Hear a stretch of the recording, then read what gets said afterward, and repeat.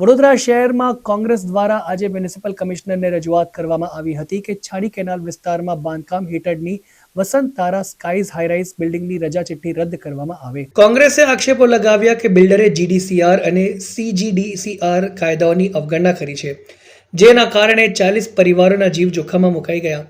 કોંગ્રેસે માંગ કરી કે બિલ્ડર વિરુદ્ધ પોલીસ ફરિયાદ દાખલ થવી જોઈએ, જવાબદાર પાલિકા અધિકારીઓને તાત્કાલિક સસ્પેન્ડ કરવામાં આવે, સાથે જ એક સમિતિ રચીને ઘટનાની ઊંડાણપૂર્વક તપાસ થવી જોઈએ અને રહેવાસીઓને ન્યાય મળે અને ભવિષ્યમાં આવા બનાવ ટાળવા કડક પગલાં ભરવા જોઈએ। શહેર કોંગ્રેસે આક્ષેપો કર્યા કે 125 રહેવાસીઓને હજી સુધી કોઈ સુયોગ વ્યવસ્થા કરવામાં નથી આવી। તેમને ક્લબ હાઉસમાં રહેવું પડી રહ્યું છે, જે નિષ્ફળ આયોજનનું ઉદાહરણ છે। શહેર કોંગ્રેસે શહેર પોલીસ કમિશનર સમક્ષ પણ રજૂઆત કરી હતી અને જેથી બેદરકારી દાખવનાર વિરુદ્ધ કાયદેસર પગલાં લેવા માંગ કરી હતી। સૌપ્રથમ તો ચોક્કસ મને એવું લાગે છે કે કોઈ મોટા ગજવાના નેતાના દબાણમાં આ લોકો કામ કરી રહ્યા હોય એવું મને લાગે છે। સમાચાર પત્રોમાં વાંચ્યું છે, મીડિયાના માધ્યમથી ખબર પડી છે કે જે ધારાસભ્યના સગા સંબંધીની જો સાઇટ હોય એના કારણે પણ આ લોકો આવું ઢીલું મૂકી રહ્યા હોય એવું અમને શંકા છે। પરંતુ અમે વડોદરા શહેરના પોલીસ કમિશનરને મળીને આવ્યા, વડોદરા શહેરના આપણા મ્યુનિસિપલ કમિશનર સાહેબને અમે રજૂઆત કરી કે આમાં કોર્પોરેશનના જીડીસીઆરના નિયમોનો ખુલ્લેઆમ ભંગ થયો છે, નરી આંખે દેખાય એવું છે। જ્યારે હું ત્યાં સ્થળ પર ગયો તો મેં જોયું હતું કે જે જીડીસીઆરના નિયમ મુજબ જે 3 મીટરનું ડિસ્ટન્સ રાખવાનું હોય એ પણ રાખવામાં આવ્યું નથી। આ જે બિલ્ડિંગની રિટેનિંગ વોલ છે એને અડીને જ એ લોકોએ દિવાલ બનાવી અને ખોદકામ તો એટલું કરી કાઢ્યું કે આ બંને બિલ્ડિંગના પાયા ઢીલા થઈ ગયા। તમે જોયું હશે કે જે ઇવનિંગ વોકનો એક કાકાનો વિડીયો પણ આપણે જોયો કે કેવી રીતે બચી ગયા।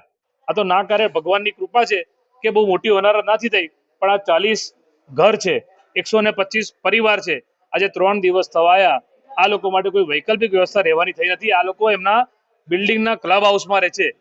આપણે એ જ મકાનોની અંદર કેટલાક છોકરાઓની બોર્ડની પણ પરીક્ષા હતી, કેવી રાત્રે અડધી રાતે જ્યારે પોતાનું ઘર ખાલી કરવાનું આવે ત્યારે એ બાળકોની માનસિકતા શું હશે, એમના બોર્ડના પેપર સારા ગયા હશે। આજે એક માનવતાની દ્રષ્ટિએ વિચારવાની જરૂર છે। અમે કોઈ રાજકારણ કરવાની વાત નથી કરતા, પણ માનવતાની દ્રષ્ટિએ અહીંયા આવ્યા છે। કોઈ પણ વડોદરાનો સાંસદ કે ભાજપનો નેતા કે બીજેપીના ધારાસભ્યો કે બીજેપીના કોર્પોરેટરો આ સ્થળ પર જોવા નથી ગયા। તમે જુઓ કે આ લોકોને સત્તાના નશામાં ભાને ભૂલ્યા છે, માનવતા ભૂલ્યા છે। ભૂતકાળમાં આપણે વડોદરા શહેરમાં પૂર આવ્યા હોય ત્યારે માનવતા ભૂલ્યા, હરની બોટકાંડની ઘટનાઓ બની ત્યારે માનવતા ભૂલ્યા। આમાં કાર્યવાહી એવી થવી જોઈએ કે ગમે તેટલી મોટી ચમરબંધીનો સગાવાલા હોય કે પોતે કેમ ના હોય, પણ એ બિલ્ડરની રજા ચિઠ્ઠી તાત્કાલિક રદ કરો અને ત્યાં બાંધકામની પરવાનગી ના આપવી જોઈએ। જે અધિકારીએ જેને ઇન્સ્પેક્શન કરવાનું હોય સ્થળ પર જઈને, જેને રિપોર્ટ આપ્યો છે સ્ટેબિલિટી રિપોર્ટ, અને જેને આ રજા ચિઠ્ઠીની પરવાનગી પર જેને સહી કરી છે તે અધિકારીની સામે પગલાં લો। આ વડોદરા શહેરમાં એક ઉદાહરણ ઊભું કરો કે બીજા કોઈ લોકો આવા બનાવ ના બને અને કોઈના જીવ જોખમમાં ના મુકાય। આજે લોકોના જીવન મરણનો પ્રશ્ન આવી ગયો છે, એમના અસ્તિત્વનો પ્રશ્ન આવી ગયો છે, માટે કોંગ્રેસ પાર્ટી અમે એ લોકોના સપોર્ટમાં એમને રજૂઆતને ધ્યાન રાખીને અમે અહીંયા કોંગ્રેસ પાર્ટી રજૂઆત કરવા આવ્યા હતા। જો આ બાબતે નહીં થાય, જે એમને કમિશન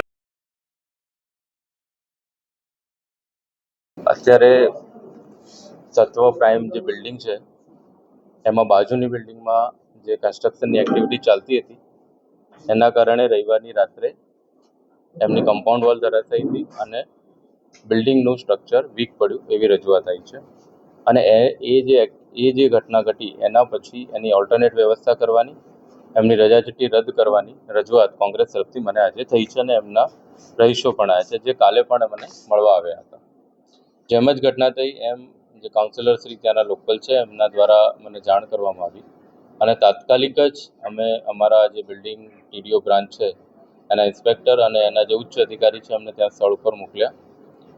જે બિલ્ડિંગનું કન્સ્ટ્રક્શન થતું હતું એ બિલ્ડરને પણ અમે જાણ કરી। આ ઘટના કેમ બની એનું ઇન્વેસ્ટિગેશન અથવા ઇન્ક્વાયરી કરવાનું મેં કીધું છે, એનો રિપોર્ટ 1-2 દિવસમાં આવશે। સાથોસાથ જેમ જ ઘટના બની એમ અમારા લોકો ત્યાં પહોંચી ગયા હતા અને જે પણ એમને મદદ કરવાની હતી એ કરવાનો એમને પ્રયત્ન પણ કર્યો હતો। અત્યારે પણ હું એમ જ કહું છું કે એમને જે પણ મદદની જરૂર હશે વહીવટીતંત્ર અને એ બિલ્ડર મારફતે અમે કરાવડાવશું। બીજી વસ્તુ એ છે કે એની રજા ચિઠ્ઠી કઈ રીતે અપાઈ અને એનું માર્જિન કેટલું હતું એ બધું ઇન્ક્વાયરી કરી અને 1 કે 2 દિવસમાં રિપોર્ટ કરવામાં આવશે. અત્યારે સૌથી અગત્યનું એ છે કે જે બિલ્ડિંગ છે એની સ્ટ્રક્ચર સ્ટેબિલિટીનું મેં કીધું છે, એ સ્ટ્રક્ચર સ્ટેબિલિટી ઓકે આવે તો પછી એ લોકો આમાં રહેવા જઈ શકે, જો ના આવે તો પછી એની ઓલ્ટરનેટ વ્યવસ્થા કરવી પડે. એ બધા પ્રયત્નોમાં અમે છીએ એવી અમે એમને ખાતરી પણ આપી છે. સર, 2 દિવસ ત્યાં 40 ડિગ્રી તાપમાન છે, 40 પરિવારો ત્યાં બહાર રહી જાય, 10મા ધોરણની બાળકો પરીક્ષા આપે છે, કોઈ વ્યવસ્થા તંત્રએ કરવાની નહીં, ફરજ પડી કશું નહીં કરી. મેં આપને પહેલાં જ કીધું છે કે જે રવિવારની રાત્રે જ મારા બંને અધિકારીઓ વિધિન હાફ એન અવર ત્યાં પહોંચી ગયા હતા. જેમ જ કાઉન્સિલરશ્રીનો ફોન આવ્યો અને અમને જાણ થઈ એ પ્રમાણે, અને જ્યારે પહોંચ્યા એટલે જેમને જે મદદની જરૂર હશે અમે એમને ખાતરી આપી છે. જમવાની ને બધી આનુષંગિક વ્યવસ્થા પણ જ્યાં સુધી મારા ધ્યાનમાં છે એ કરાઈ હતી. અને અત્યારે પણ હું કહું છું કે એમને જે જરૂર હશે, મેં આપને અત્યારે બી કીધું કે એમને જે બી ઓલ્ટરનેટ વ્યવસ્થા જોઈતી હશે અમે કરવા તૈયાર છીએ. મેં ઉગ્રતાથી વાત કરી જ નથી. ગઈકાલે પણ એમના પ્રમુખશ્રી મારી જોડે આવ્યા હતા, એમની વાત મેં શાંતિથી સાંભળી છે. બીજી વાત, કોંગ્રેસના પ્રમુખ શ્રી રિતિકભાઈ છે એ પણ એમણે રજૂઆત કરી, એ પણ અમે શાંતિથી સાંભળી છે. વિપક્ષના નેતા માનનીય ચંદ્રકાંત શ્રીવાસ્તવજી ભથ્થુભાઈએ જે વાત કરી છે એ બી અમે એમની વાતનો નોંધ લીધું છે. ઉપરાંતમાં એમના જે ફ્લેટના જે 2 બહેનો અહીંયા ઊભા હતા એમણે પણ રજૂઆત કરી. પુષ્પાબેને પણ કીધું. પુષ્પાબેનનું કહેવું એમ છે કે તમે અમારા ફોન નહીં લીધા અને કોઈ આવ્યું નહીં અથવા કોઈ મદદ ના મળી, એટલે મેં એમને કીધું છે કે તમે એલિગેશન ના કરો, બિકોઝ મેં તરત ફોન લીધા છે અને રાત્રે 11 વાગ્યા સુધી ત્યાંના જે કોંગ્રેસના કાઉન્સિલર માનની અમીબેન રાવત બેન છે એમની જોડે હું સતત સંપર્કમાં હતો, અમારા અધિકારી ત્યાં હતા, એટલે મારે એમને કહેવું પડ્યું.